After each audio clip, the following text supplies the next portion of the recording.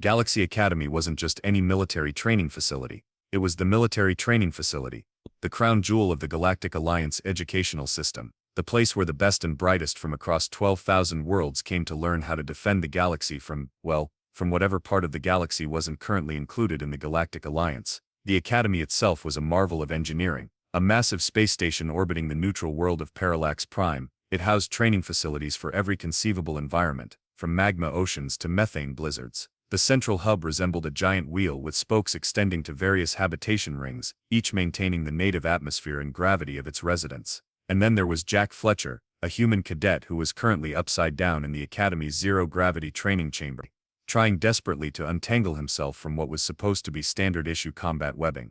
Problems, Cadet Fletcher? The voice came from Lieutenant Krill, an amphibious Merlaxian whose skin glistened with a constant layer of mucus that smelled faintly of cinnamon. Krill had been assigned as Jack's advisor, a punishment Krill was quite vocal about. "No sir, just testing the tensile strength of the equipment," Jack replied, spinning slowly while 3 of his 6 classmates watched with various expressions of amusement, contempt, and in the case of the gaseous Volexian named Puff, what appeared to be bubbling mirth. "Humans," Krill gurgled, the gill slits on his neck fluttering in what Jack had come to recognize as the Merlaxian equivalent of an eye roll. "How your species ever achieved space travel is beyond comprehension." This wasn't just Krill's opinion, it was the prevailing sentiment throughout the Academy. Humans were viewed as barely evolved primates who had somehow stumbled onto faster-than-light travel before figuring out how to create a food replicator that didn't occasionally turn dinner into something resembling radioactive sludge. Jack finally freed himself with a twist and a kick, sending him drifting toward the chamber wall. He caught himself with practiced ease, having spent more time floating uncontrollably than he cared to admit. "Line up, cadets," Krill ordered, his webbed hands typing commands into his hollow tablet. "Training exercise is over for today. Commander Vextar wants all first years in the amphitheater in 15 minutes. The Merlaxian's mucus coating took on a greenish tint, which Jack had learned meant anxiety. Whatever Commander Vextar wanted, it wasn't going to be pleasant. As they filed out of the training chamber, Gorks, a boulder-like tetranite with crystalline skin, rumbled past Jack. "Heard the commander's planning something special for the likes of you soft skin," he said with a grinding laugh that sounded like 2 cement mixers in a head-on collision. Jack sighed. He'd been at Galaxy Academy for 3 standard months now, and the novelty of being the only human in his class had worn off approximately 2 months and 29 days ago. Humans were rare in the Galactic Alliance military, not because they weren't allowed, but because most species considered them too fragile, too slow, and frankly too stupid to be effective soldiers. Jack was determined to prove them wrong, one humiliating training exercise at a time. The amphitheater was packed with first-year cadets from every corner of the galaxy. Jack sat alone in a section clearly designed for beings with exoskeletons, the hard edges of the seat digging uncomfortably into his backside. He scanned the crowd, noticing at least 30 different species, none of which were human. "Attention!" The voice boomed through the amphitheater with such force that several crystalline tetranites vibrated audibly. Commander Vexter had entered. If a velociraptor had mated with a Komodo dragon, and their offspring had then developed a superiority complex and an unhealthy obsession with military protocol, the result would have been something like Commander Vexter. Standing 7 feet tall with iridescent scales that shifted from emerald to obsidian depending on his mood, Vexter was the most decorated combat instructor in Academy history. His tail lashed behind him as he strode onto the central platform, yellow eyes narrowing as they swept over the assembled cadets. "First years," he hissed, his forked tongue flickering between needle-sharp teeth. "You've spent 3 months learning to breathe in space without dying. Congratulations on mastering what most sentient bacteria can accomplish." A nervous titter went through the crowd. "Silence." Vexter's scales flashed crimson. "Today begins your real training. The Galaxy Academy Survival Trial." Holographic projections sprang to life around the amphitheater, showing footage of cadets facing what appeared to be various hostile environments and life forms. Jack winced as he watched a 4-armed cadet being hurled across a ravine by something with too many tentacles and not nearly enough restraint. "Each cadet will face 3 challenges," Vexter continued, his voice dropping to a dangerous purr. 3 encounters with specially selected apex predators from across the galaxy. "Your task is simple: survive." The commander's yellow eyes locked onto Jack, and a smile that contained far too many teeth spread across his reptilian face. "We'll select our first participant, randomly." The holographic roster of cadet names spun in the air above Vexter's head, slowing gradually until it stopped on, surprise surprise, Fletcher, Jack Hill, human, Terra. "What are the odds?" Jack muttered to himself. 1 in 742, replied Nixel, a floating mathematical genius from a gas giant who apparently took rhetorical questions literally. Thanks, Jack sighed. Cadet Fletcher, Vextar's voice dripped with anticipation. Report to Combat Arena 3 at 0600 tomorrow. Your opponents will also be randomly selected.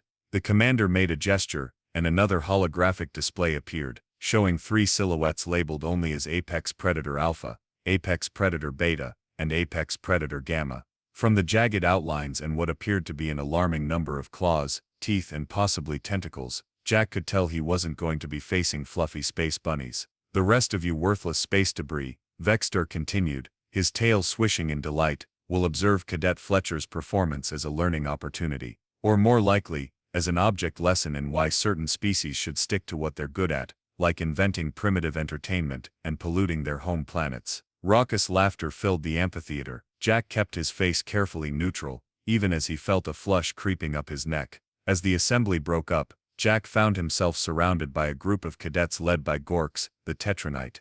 We're starting a betting pool. Soft skin, Gorks rumbled, crystalline fragments tinkling as he chuckled. Current odds are 3 to 1 you don't survive the first predator, 8 to 1 you somehow make it to the second, and 50 to 1 you see the third.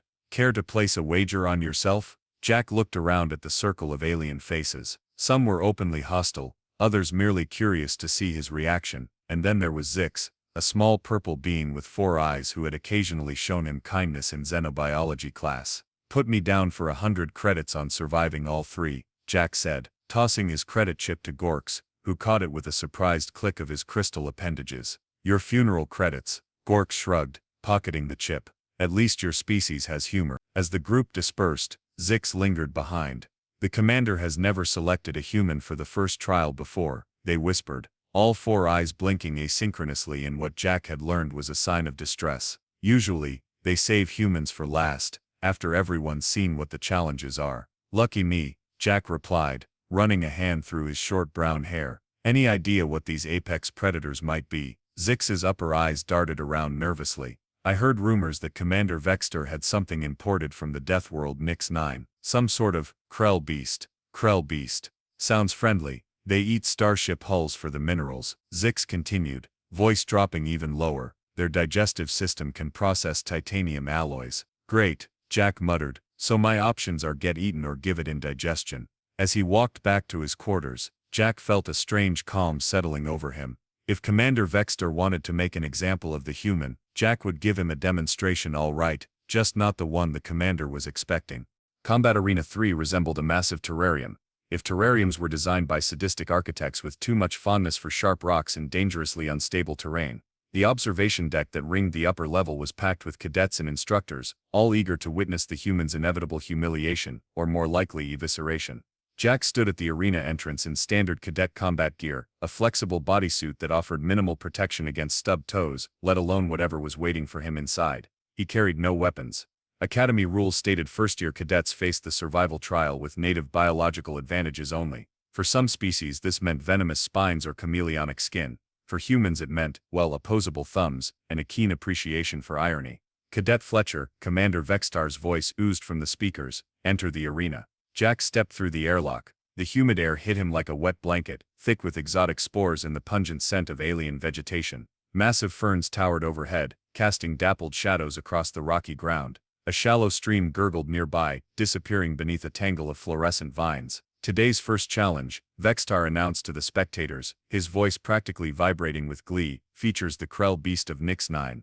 A holographic display appeared in the air, showing statistics about the creature weight 400 standard units, approximately the mass of a small shuttlecraft. Primary attack methods, titanium shredding claws, acid saliva, hypersonic tail spines, intelligence level, cunning hunter with problem-solving capabilities. Threat assessment, extreme has decimated 3 off-world colonies. Great, Jack muttered to himself. Just great.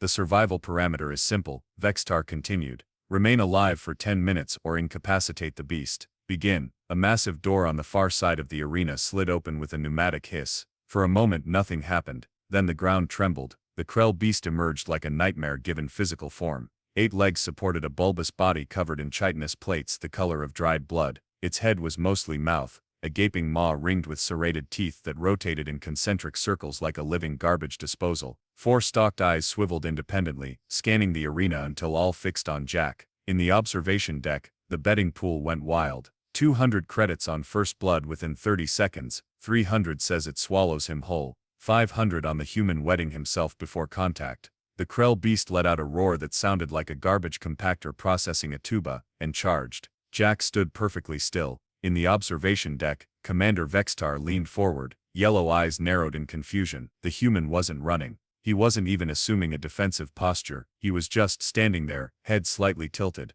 as if trying to remember if he'd left the food replicator on in his quarters. The Krell beast closed the distance with surprising speed for something the size of a shuttlecraft. 20 meters, 10 meters, 5. Is he paralyzed with fear? Lieutenant Krill asked, his mucus coating turning a sickly orange. Humans sometimes freeze in the face of predators, offered Professor Xin, the xenobiology instructor. A useless evolutionary response. At precisely 2 meters distance, just as the Krell beast reared up on its hind legs, exposing a pale underbelly crossed with pulsing veins, Jack moved. It wasn't so much a leap as a casual step to the side, followed by a single almost dismissive gesture. He poked the creature with his index finger right in what appeared to be a cluster of nerve endings on its underbelly. The reaction was instantaneous and spectacular. The Krell beast froze mid-roar, all 8 legs going rigid, its rotating teeth ground to a halt. Then, with a sound like air escaping from the galaxy's largest balloon, it toppled sideways, hitting the arena floor with a crash that sent dust billowing in all directions. Silence descended on the observation deck. Jack walked casually around the immobilized creature, examining it with what appeared to be mild interest. He crouched, poked it once more in a slightly different spot, and the beast's legs retracted into its body like an accordion being compressed. Time. Jack called up to the stunned audience. Commander Vextar's mouth opened and closed several times before he managed to respond. 17 seconds. Jack nodded, as if this was exactly the result he'd been expecting. He strolled toward the exit, pausing only to pluck what looked like a small fruit from one of the exotic plants. He bit into it, made a face and tossed it aside. Ready for the next one whenever you are, Commander, he called over his shoulder. In the observation deck, credit chips changed hands amid a chorus of disbelieving murmurs. Gorks the Tetranite was making a sound like gravel in a blender, which Jack had come to recognize as the crystalline equivalent of hyperventilation. Commander Vextar's scales had turned a mottled purple with patches of neon yellow, a color combination Jack had never seen before, and suspected might indicate either extreme surprise or a previously undocumented reptilian medical condition. What? How? The commander spluttered. Jack shrugged. Lucky guess on the nerve cluster location. They're remarkably similar to Earth's trapdoor spiders, just the size of a bus. Commander Vextar's scales had shifted to a deep crimson as he paced along the observation deck. The arena below was being hastily reconfigured, holographic projectors creating a new environment while maintenance droids dragged away the still catatonic Krell beast. A fluke, Vextar hissed to Lieutenant Krill. The human got lucky. Of course, Commander, Krill gurgled diplomatically, though his mucus had taken on a thoughtful blue tinge. The second challenge will surely demonstrate the natural order of things. In the preparation chamber, Jack was sipping from a hydration pack and looking thoroughly unimpressed with himself. Zix had somehow gained access to the chamber, and was buzzing around him like an anxious purple hummingbird. How did you know about the nerve cluster? They asked, all 4 eyes wide with wonder. That information isn't even in the Academy database. Jack shrugged. I read a lot as a kid, about Krell beasts, about bugs in general. My grandfather was an entomologist, a bug scientist, Jack explained. Plus, I grew up in Australia. Is that a specialized combat training facility on Earth? Zix asked. Something like that, Jack replied with a small smile. The chamber door slid open, and Lieutenant Krill entered, his amphibious features set in what passed for a grim expression among Merlaxians. Cadet Fletcher, he said, gill slits fluttering rapidly. The second challenge awaits. Commander Vextar has adjusted the parameters. Jack stood rolling his shoulders. Let me guess, something aquatic this time. Krill's mucus coating shifted to a surprised pink. How did you? Just playing the odds, Jack said. The commander strikes me as the process of elimination type. The arena had indeed been transformed into a shallow sea environment. What had been solid ground was now covered in a meter of clear water, with patches of bioluminescent coral casting an eerie blue glow over the scene. The observation deck erupted in excited chatter as Jack waded in, the water reaching his waist. For the second challenge, Commander Vextar announced, his voice noticeably tighter than before, Cadet Fletcher will face the Morcadian Strangler. The holographic display appeared again. Habitat, deep oceans of Morcadia hunting method, stealth constriction, electrical discharge, notable features nearly invisible in water, can extend tendrils up to 15 meters. Threat assessment, extreme responsible for the loss of 7 deep-sea research vessels. The survival parameter remains the same. Vextar continued. 10 minutes or incapacitation. Begin. Unlike the dramatic entrance of the Krell beast, nothing seemed to happen at first. The water remained calm, the only movement coming from Jack's slow, deliberate steps as he waded toward the center of the arena. In the observation deck, the betting had resumed with renewed vigor. 400 credits says the human doesn't last 2 minutes, 600 on death by electrocution, 1,000 says he tries the same trick and fails miserably. Jack stopped in the center of the arena, the water now reaching his chest. He took a deep breath, then did something that caused confusion among the observers. He spat into the water. What is the human doing? Professor Xen wondered aloud. Some sort of primitive ritual before combat, suggested another instructor. Jack watched the small glob of saliva carefully as it floated on the surface, then began to drift slowly to his left. He nodded to himself, as if confirming a theory, then reached down into the water with both hands. The surface of the pool erupted. A mass of translucent tentacles shot out of the water, wrapping around Jack's torso and arms. Blue-white electrical discharges crackled along their length, causing the water to steam and bubble. The Morcadian Strangler had revealed itself, a gelatinous central mass surrounded by dozens of whip-like appendages, each ending in a barbed stinger.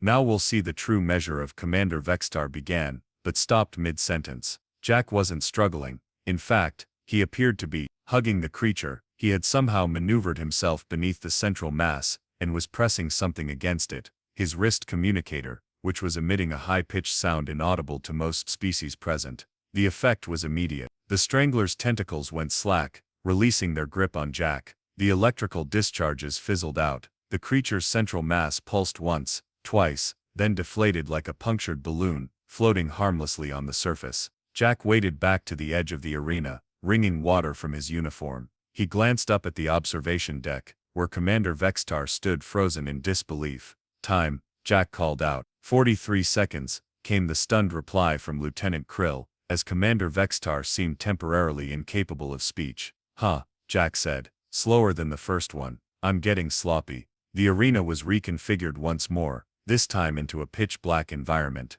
The only visibility came from scattered phosphorescent stones that cast just enough light to make out vague shapes. The observation deck, however, was equipped with thermal and multi-spectrum viewing options, allowing the audience to see clearly what the human could not. Commander Vextar had recovered enough to speak, though his voice had taken on a slightly manic quality. The final challenge, he announced, features the Void Phantom of Tenebris Prime.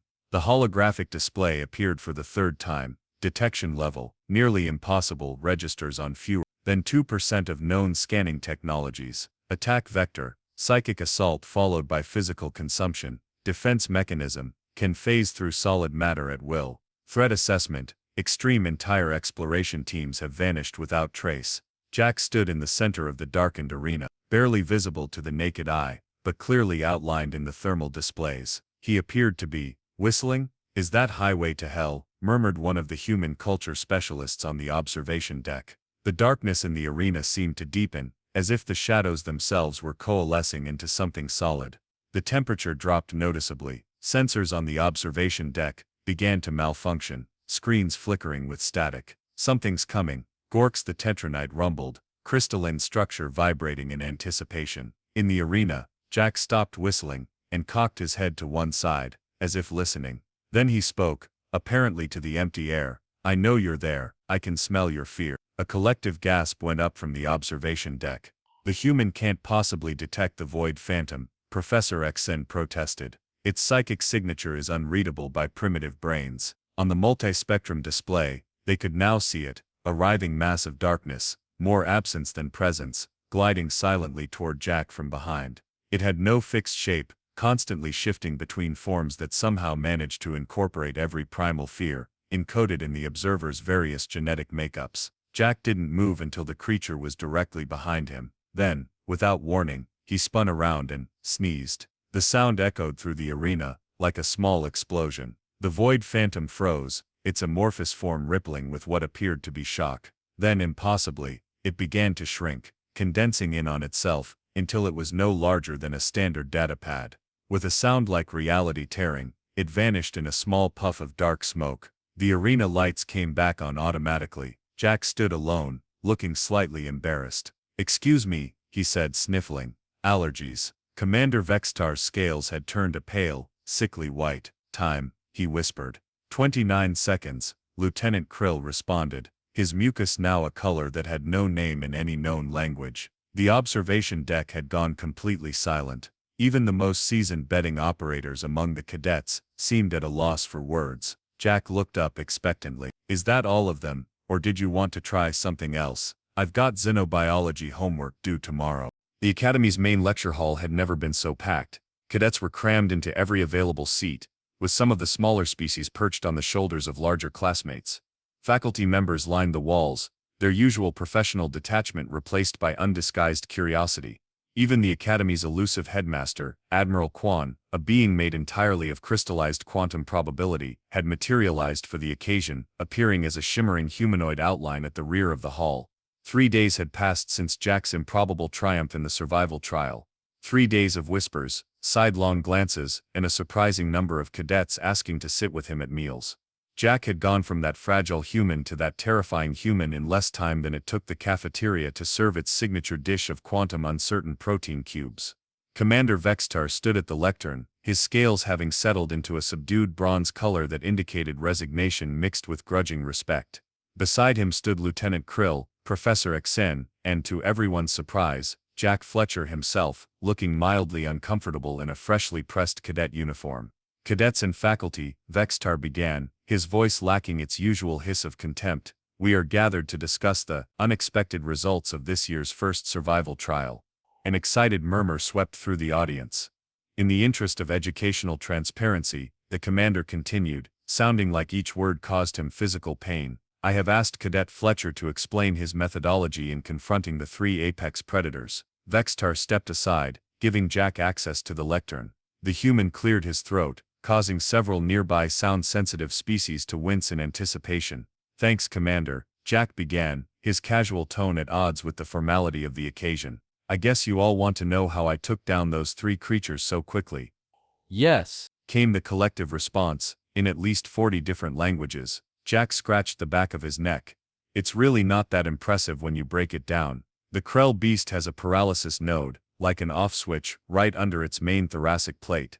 Hit it just right, and the whole nervous system shuts down temporarily." Professor Xen stepped forward, 6-fingered hands gesticulating wildly. "But that information isn't in any xenobiological database. The Krell beast has only been studied at a distance due to its extreme aggression." "True," Jack nodded, "but it's almost identical to the Brazilian wandering spider back on Earth, just scaled up about 1,000 times. My grandfather showed me how to handle those safely when I was 8. You just have to know where to press." The audience exchanged bewildered glances. As for the Morcadian strangler, Jack continued, "Aquatic predators that use electrical discharge as a weapon are common on Earth. Electric eels, certain rays, they all have the same weakness. They can't regulate their electrical output when exposed to specific sonic frequencies. My wrist communicator generated a tone at exactly 247.5 Hz, causing the creature to discharge all its electrical energy at once, essentially knocking itself out." Lieutenant Krill's mucus coating had turned a scholarly shade of lavender. He was furiously taking notes on his datapad. "And the Void Phantom?" asked a timid voice from the front row. It was Zix, who had somehow acquired a Team Human badge that they were wearing upside down. "Ah, that," Jack smiled, "that was just a hunch. The Void Phantom uses psychic intimidation to paralyze its prey, right? It projects fear directly into the mind. But humans have this weird thing called a startle responses. When we're suddenly surprised, it temporarily overrides other brain functions, including fear. So, you scared away a fear demon by being startled by your own sneeze?" Commander Vextar asked incredulously. "Not exactly. I faked the sneeze deliberately, but it created enough of a neurological disruption to break the creature's psychic hold on me. Once that happened, it couldn't maintain its physical form in our dimension." Pop goes the Phantom. The lecture hall erupted in a cacophony of questions, exclamations, and what sounded like mating calls from the Venusian delegation. Admiral Kwan's probability matrix flickered rapidly in what might have been amusement. When the noise finally subsided, Professor Xen posed the question that was on everyone's mind. Cadet Fletcher, how is it possible that you, a member of a species with no natural armor, modest physical strength, and no exceptional sensory capabilities, knew exactly how to neutralize 3 of the galaxy's most lethal predators? Jack looked genuinely puzzled by the question. Earth has over 8 million species of animals, Professor. About 30,000 of them would consider humans a tasty snack if given half a chance. We've been dealing with predators since before we invented the wheel. But your species is so soft. Gorks rumbled from his reinforced seat in the 3rd row. Physically, sure, Jack agreed.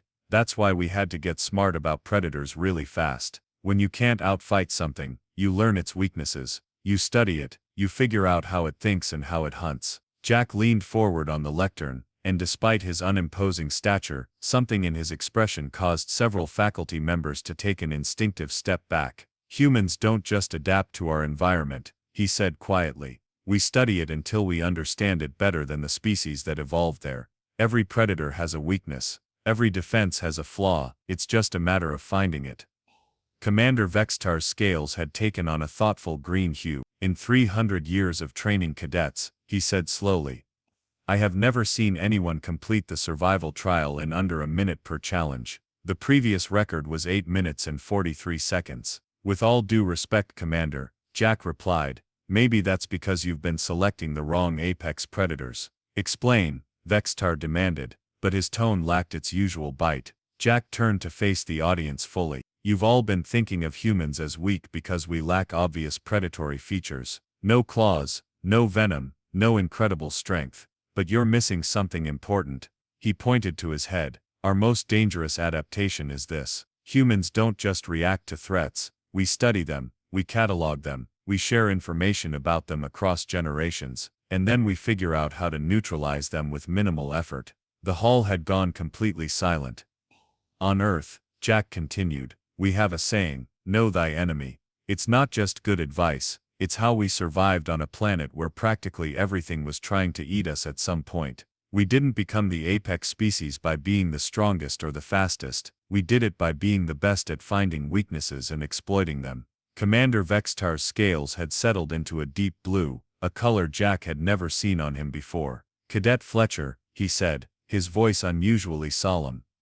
I believe I owe you an apology. A collective gasp went up from the audience. Commander Vextar had never apologized to anyone in living memory. I selected those predators specifically because I believed they would demonstrate the limitations of your species, he admitted. Instead, you have taught us all a valuable lesson about alternative forms of adaptation. Jack nodded in acceptance. No hard feelings, Commander. It's a common misconception about humans. As the formal session concluded and cadets began filing out, Jack found himself surrounded by curious classmates. Even Gorks seemed impressed, offering Jack a crystalline fist bump that nearly broke 3 of his fingers. You know, human, the Tetranite rumbled, I think I won't be betting against you anymore. 2 weeks after the infamous survival trial, Jack sat in the academy cafeteria, surrounded by an unlikely collection of friends. Gorks the Tetranite, whose crystalline body now sparkled with Human Appreciation Club engravings, Zix, who had appointed themselves Jack's unofficial cultural interpreter, and even Lieutenant Krill, who had begun studying Earth's evolutionary history with disturbing enthusiasm. So let me understand this correctly, Krill said, his mucus a contemplative shade of teal. On your planet you have an arachnid called the peacock spiders, that performs elaborate mating dances. Complete with colorful displays and choreographed movements, Jack confirmed, taking a bite of what the cafeteria claimed was pizza, but tasted suspiciously like quantum uncertain protein cubes with extra uncertainty. Fascinating, Krill gurgled. And humans study these creatures, for fun. We study everything for fun, Jack shrugged. It's kind of our thing. Their conversation was interrupted by the arrival of Commander Vextar, whose scales had settled into a new default color, a respectful indigo that he seemed to reserve exclusively for interactions with Jack. Cadet Fletcher, the commander said with a slight incline of his reptilian head, a word in private if you don't mind. Jack followed Vextar to a secluded corner of the cafeteria. The commander's tail twitched nervously, a gesture Jack had never observed before. I've received a communication from Alliance High Command, Vextar said quietly. Your performance in the survival trial has attracted attention. Jack raised an eyebrow. Good attention or bad attention? Both, Vextar replied cryptically. There is something you should know, Cadet, something about why humans are so rare in the Galactic Alliance military. I assumed it was because we're considered too fragile, Jack said. Vextar's scales rippled with what might have been amusement. Quite the opposite, Fletcher. Humans are heavily restricted in military service precisely because of what you demonstrated in the arena, which is your species' terrifying capacity to identify and exploit weaknesses, Vextar said. After first contact with Earth 50 years ago, the Alliance conducted a series of assessments. In every simulated conflict scenario, human strategies proved disturbingly effective against species that had been waging interstellar war for millennia. Jack blinked. So we're restricted because we're too good at fighting. Not fighting, Vextar corrected. Winning.